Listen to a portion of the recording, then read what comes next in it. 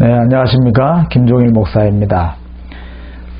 오늘은 성경적인 인간 이해에 대해서 좀 살펴보려고 합니다. 보통 인간은 영혼과 육체를 가진 그러한 존재로 이해하고 있습니다. 근데 과연 성경이 그렇게 말하고 있는지를 한번 살펴볼까 합니다. 우리는 흔히 인간은 영혼을 가진 존재라고 생각합니다. 이런 생각은 아주 역사가 깊습니다. 고대 헬라인들은 인간은 육신과 영혼을 갖고 있고, 그러면서 육신은 악한 것이고,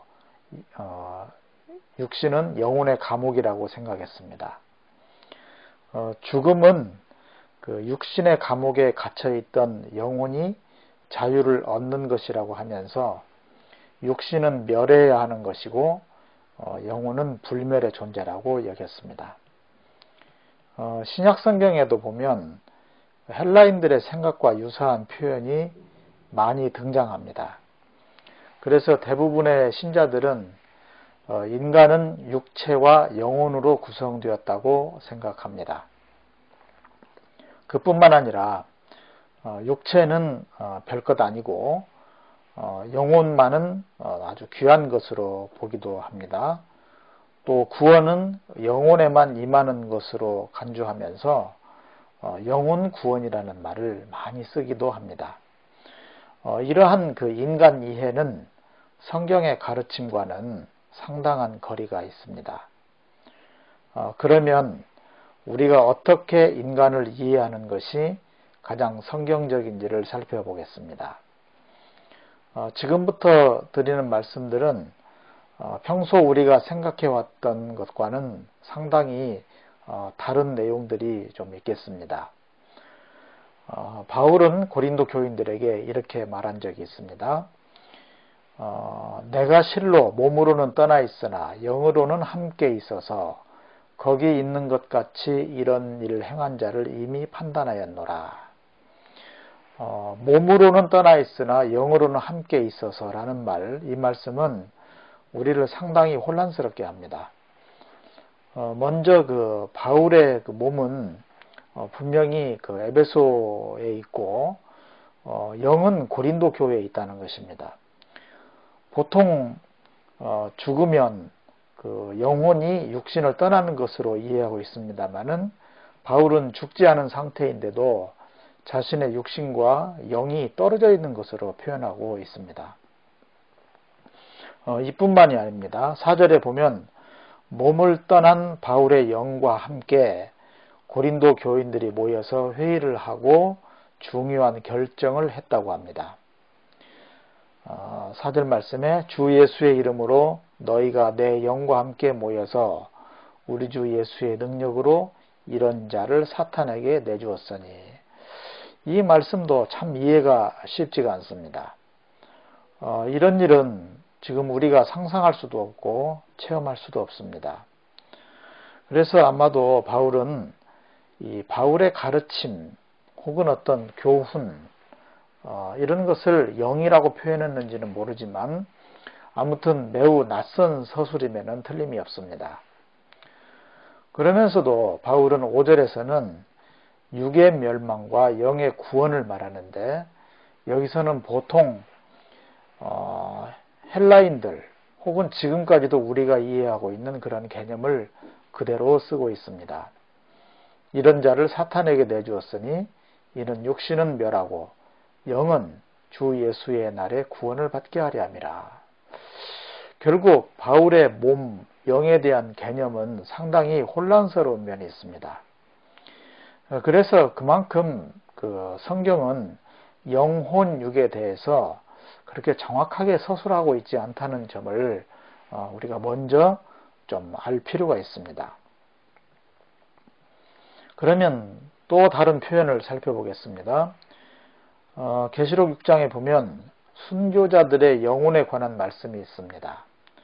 여기에 표현된 영혼은 푸시케, 영어로는 소울이라고 하는데요. 푸시케로 되어 있습니다. 6장 9절입니다. 다섯째 인을 떼실 때에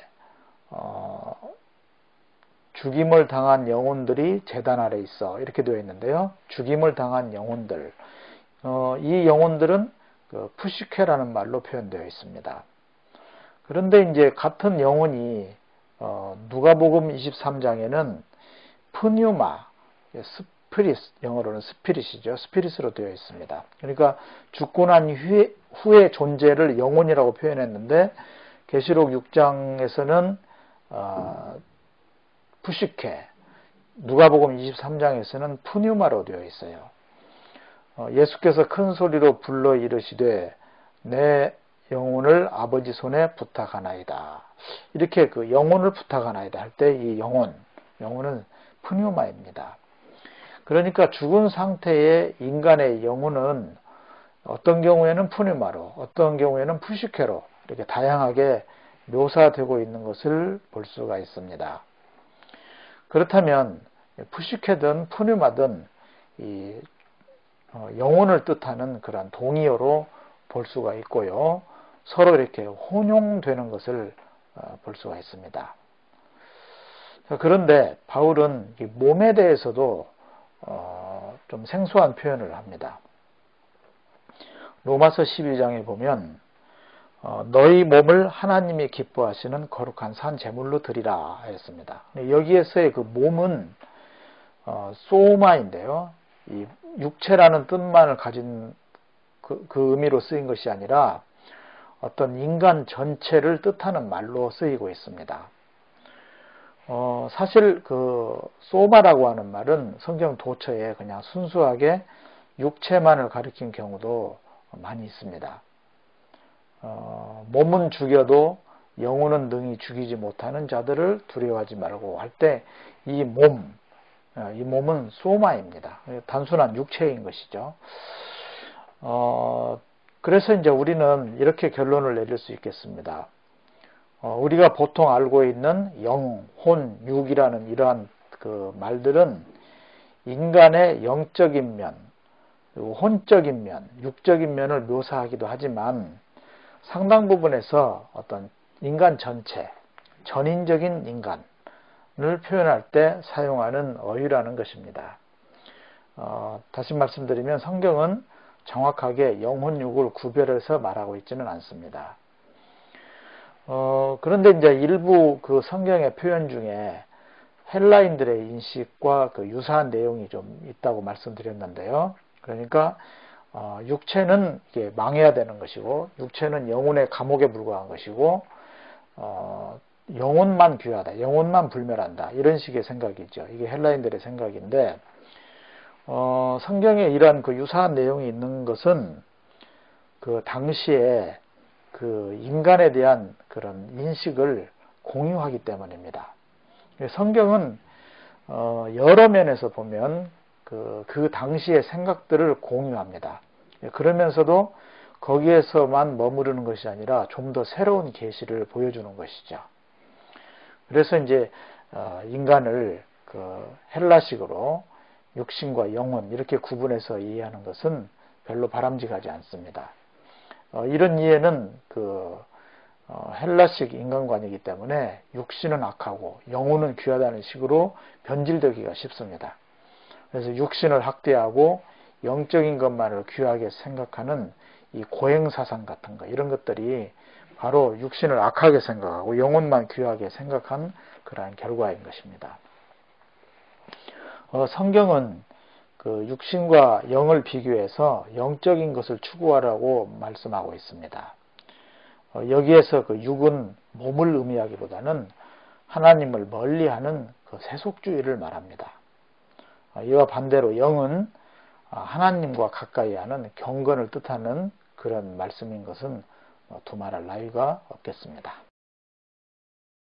네, 지금까지 이 성경에서는 인간에 대해서 이 전인적인 인간, 그러니까 영과 혼과 육을 구별하는 그런 인간 이해가 아니고 영, 혼, 육을 통합해서 이해하는 그러한 전인적인 인간 이해를 말씀하고 있다는 것을 소개해 드렸습니다.